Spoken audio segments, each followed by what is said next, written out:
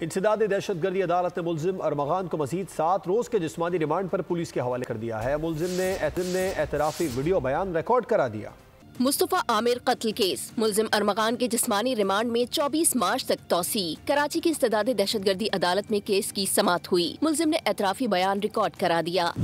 Police report کے مطابق ملزم نے اعتراف کیا کہ مصطفیٰ کے قتل کے بعد والد کو بتایا تھا۔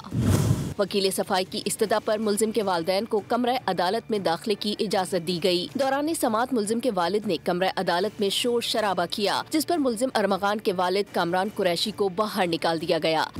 سماعت کے دوران ملزم ارمغان نے اپنے والد سے ملاقات اور والد کی جانب سے دیے گئے نئے وکیل کو ماننے سے انکار کر دیا۔ اس پر کامران قریشی نے چیخو پکار کرتے ہوئے کہا کہ مجھے باپ نہیں مانتے تو مجھے طلاق دو۔ میں نے بولا طلاق لے کے دیکھا، پھر طلاق لے گا، باپ سے طلاق لے گا، تو طلاق بھی دے گا، طلاق نہیں ہوگی کہ تیرے نام کے ساتھ جڑ رہا ہے قریشی، اور تیرا قریشی نام بھی اس حکومت پاکستان سے ارمغان۔ عدالت نے آئندہ سماعت پر پیش رفت رپورٹ طلب کر لی۔